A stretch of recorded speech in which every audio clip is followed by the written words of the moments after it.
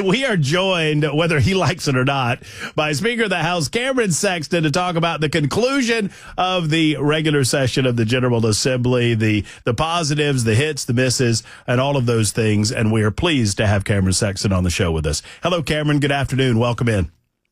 Hey, thanks, Matt. It's great to be here. Well, it's good to have you. I mean, obviously, I would assume that you are pleased that the session has been completed. Give us I guess, grade yourself, Cameron. I mean, how do you feel like the session went, at least from the House perspective? I mean, I think it went really well. I think we accomplished a lot this year. We continue to accomplish a lot every single session. The budget is truly balanced, and we're not spending a lot of money on recurring, non-recurring. Our revenues keep going up because we've had growth, and we're managing, and more businesses are prospering, and as well as individuals. And so our state's in really good position. I feel good about where we are. Well, a lot to unpack, obviously, as we kind of put a post-mortem on the session. But I want to try to clarify or clear up a few misconceptions front end. And then we can get into some of the weeds on some of the other matters. We had Representative Chris Todd on a little earlier, talking to him about he and some of his fellow Republicans expressing a little bit of concern about House Bill 533. Considering that you were not among those that expressed concerns, I would think that you do not necessarily share those concerns. But there's a feeling that perhaps House Bill 533, which codifies IVF and birth control, might be running against the protection of life as stated in Tennessee law. What can you speak on, or can you speak on that, and what do you have to say about it, Cameron? Yeah, I understand what they're saying, and I respect Representative Todd. I don't agree with him, and we on that piece of legislation, they worked with a lot in the legal community, worked with the AG.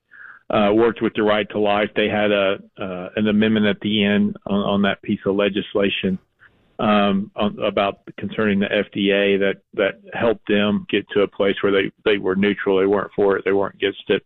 I don't think it does what people say it does. It's a very complicated issue. And basically all we did, Matt, or all that the bill did is codify law.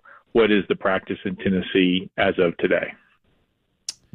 And you feel fairly confident that it will survive any sort of lawsuit or judicial scrutiny.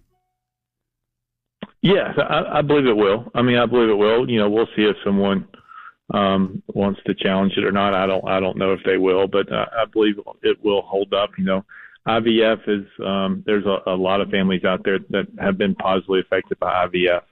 And then obviously on birth control, there's a lot of questions concerning birth control, Plan B, and other things. We heard on the House floor from one of our members who's a physician about the difference between birth control and Plan B or contraceptives and Plan B, and how they felt like that this bill protected contraceptives but did not affect anything to do with Plan B. Sure. There was a lot of attention, probably more attention in the local community here in the Metro Nashville area on the primary bill than maybe in certain parts of the state, considering that there was a belief that Williamson County was perhaps preparing to maybe move to a caucus-style local elective system as opposed to a primary-style system. It's my understanding that the bill that was passed states that if you're currently in a primary system, you are to stay there. And it made sense to me. I believe primaries are clearly superior to the caucus style of finding candidates for the respective political parties. Now, if we want to talk about, closed primaries versus open primaries, I think that's a different conversation. But on the back end of this legislation, which was passed by a fair amount of consensus with the House and the Senate, there was an $8 million price tag attached to it. Can you explain what that cost association with the legislation was all about? Yeah, that's where some information is. That price tag was never given to that piece of legislation. And here's why. That piece of legislation basically said whatever process you're using in 2022, 2024 is the process you can continue to use. If you're currently doing primaries, you do primaries. If you're currently doing caucuses, you can do caucuses. If you ever move from caucus to primary, then you have to stay in primary. There's no cost associated with that bill because basically everything's being paid for currently. The locals were paying for those primaries. The caucuses were paying for those primaries. So nothing was going to change. Whoever was paying was going to continue to pay. What we heard from during the debate is in presidential election years, the state covers the local primaries. And so those are paid for. And so what is not paid for is the off-year local primaries. And so what we said is, look, if we're already paying for one, there's no need to have the locals continue to pay for the other. Why only pay half or make them pay half? And so that bill had no cost. What we did is said, you know what, let's fund it for the locals. For those who want to have primaries, they can take the money that they're currently using to fund it, and they can go do something else, whether that's to fund maybe a road project or something else in their community, and we'll just bear that cost. So the two were totally different issues that unfortunately some try to make it one. Okay, so would it be fair to say, and tell me if I'm wrong here, that perhaps the primary bill brought this up to your attention, but these are separate issues, but it was brought to your attention because of the discussion? Yes, because, in that discussion, you're exactly right, because we talked about, I don't think everybody knew that we cover the local primaries in the presidential year. We always thought it was a local cost to do local primaries. Got it. And that's not the case. And so when we found out that we pay for one but not the other, we were like, well, why don't we just go ahead and pay the other? That would free up the locals, which was a concern. Like when you talk to these individuals who do caucus, they talk about, well, we had to pay $50,000 for, 5,000 people to come vote. The caucus is much less, and we have 300 people go vote. It kind of deflates their argument that there are more people wanting to go vote. It's disenfranchising voters. But at the same time, we're like, well, why shouldn't we pay for the second primary if we're paying for the first? I feel like even after 3+ years, Cameron, I'm learning new things about the manner in which Tennessee does its business in the General Assembly on a regular basis. And it was just this year that I learned how the constitutional amendment process worked. Congratulations, I should say, for passing the constitutional process in terms of getting it to the voters to ban property taxes statewide in the state of Tennessee. Help people understand. I mean, that process is interesting because in the first year, it takes a simple majority, and then it has to come back in year two, and it takes a 2/3 majority. Do I have that right? Yeah. Basically, it's a two General Assembly thing. So, each General Assembly is a 2-year process. So in that first 2-year process, you have to pass it one time with a simple majority. Then you come back a year or 2 years later, depending on if you're in a new General Assembly. So right now we're in the 114th. So that constitutional amendment was passed in the 113th with simple majority. We come back in the 114th General Assembly, and it has to be passed with 2/3 majority, and then it gets to the ballot for the voters to make that determination. The idea is if the one General Assembly passes something to move it toward the voters and the voters really, really hate it, they have an opportunity. There's an election cycle in between. Yes, but it also makes it difficult to get things to change. It should be a difficult process to change the Constitution. Yeah, it should not be easy. And so it bears two different General Assemblies. So basically it takes a 4-year process to get there. And then even to get it approved on the ballot is a process because you have to have 50% plus 1 vote of the total number of votes in the governor's race. So real quickly, if you had 1 million votes in the governor's race, you need 500,001 votes in the positive for your amendment. If you only have 600,000 people who vote on the constitutional amendment, you still need 500,001 vote. That's what makes it very difficult to pass on the ballot. Is the consideration of a statewide property tax the only CA that has been passed, or are there more? No, there were 3 this year. So you have the statewide property taxes one. You have Marcy's Law, which protects victims and allows them to have more transparency and communication with the judicial system concerning their case of their loved one of themselves.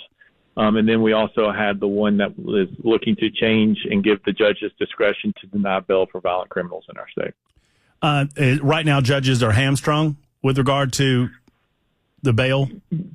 Yes. I mean, so the problem with that is the Constitution says that if you have you can only deny bail if it's a capital offense. Well, the capital offense definition can change over years, obviously, because the General Assembly can make whatever a capital offense. So, 100 years ago, stealing a horse was a capital offense. That's no longer a capital offense. So today it's child rape under the age of 12, and then it is first-degree murder.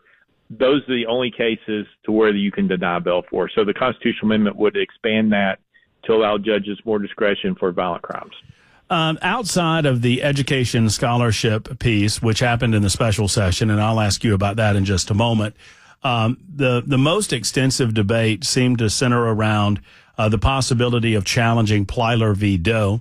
And every lawmaker that I've spoken with, yourself included, indicated that the goal was to get it into the court system so as to push this to the Supreme Court and ask the Supreme Court to reconsider their decision in 1982 regarding a state's responsibility to pay for the children of illegal aliens and not to charge additional tuition monies.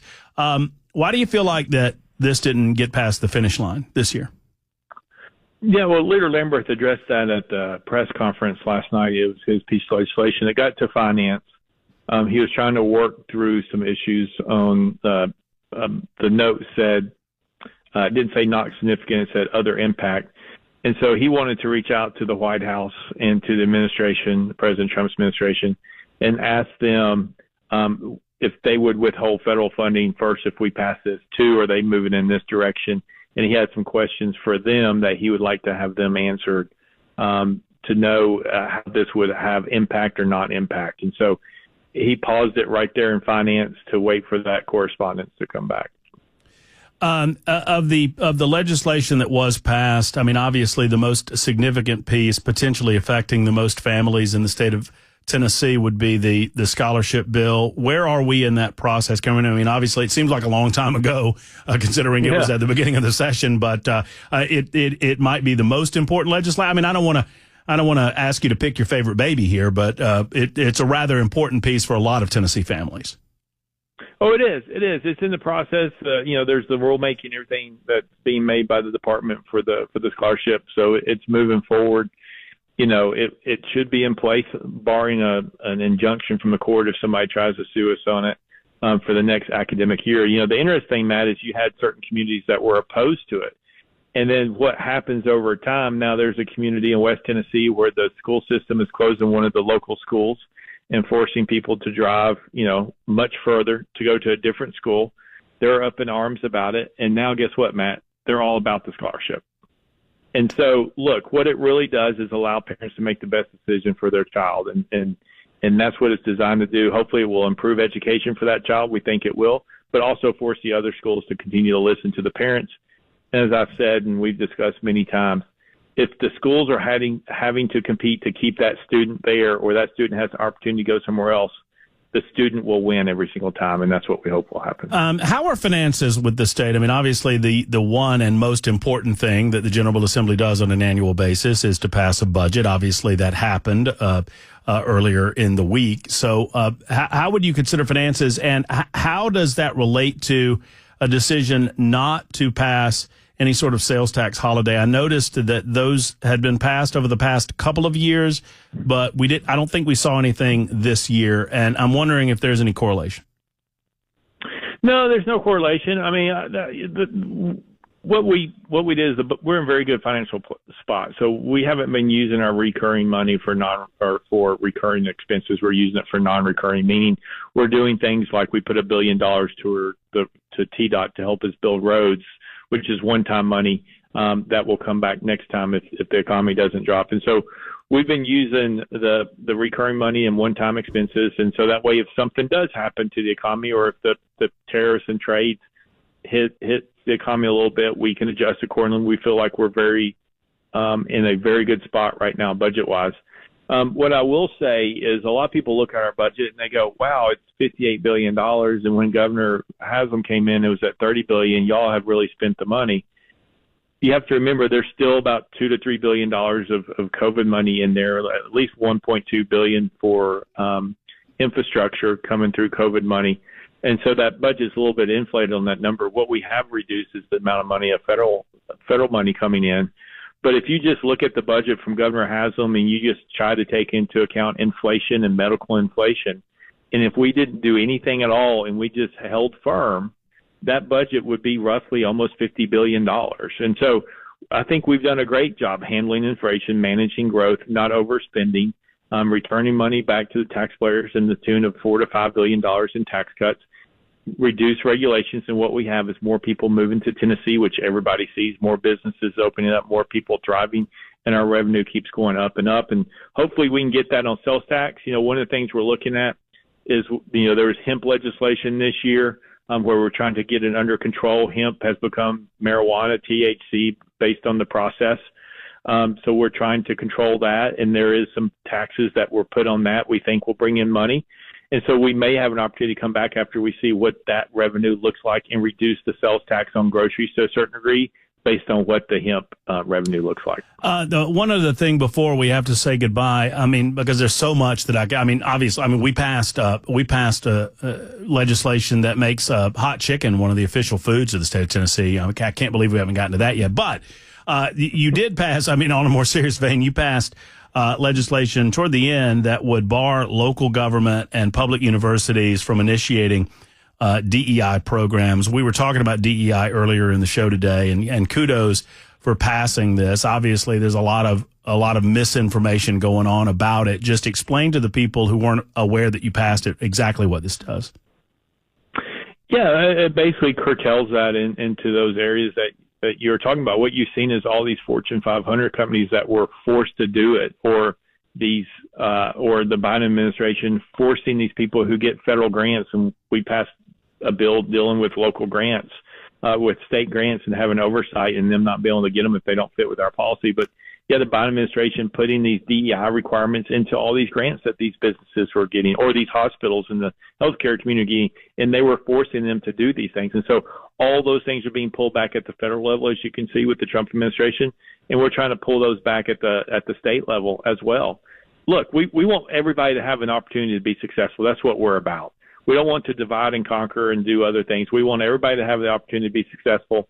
That's how we'll do it. And so that's why we're trying to pull back the DEI from the Biden administration, what they put in the community. But we realistically really just want everybody to be judged on their merit and have the same opportunity, and that's a win for us. And you're a fan of hot chicken, I suppose, Cameron?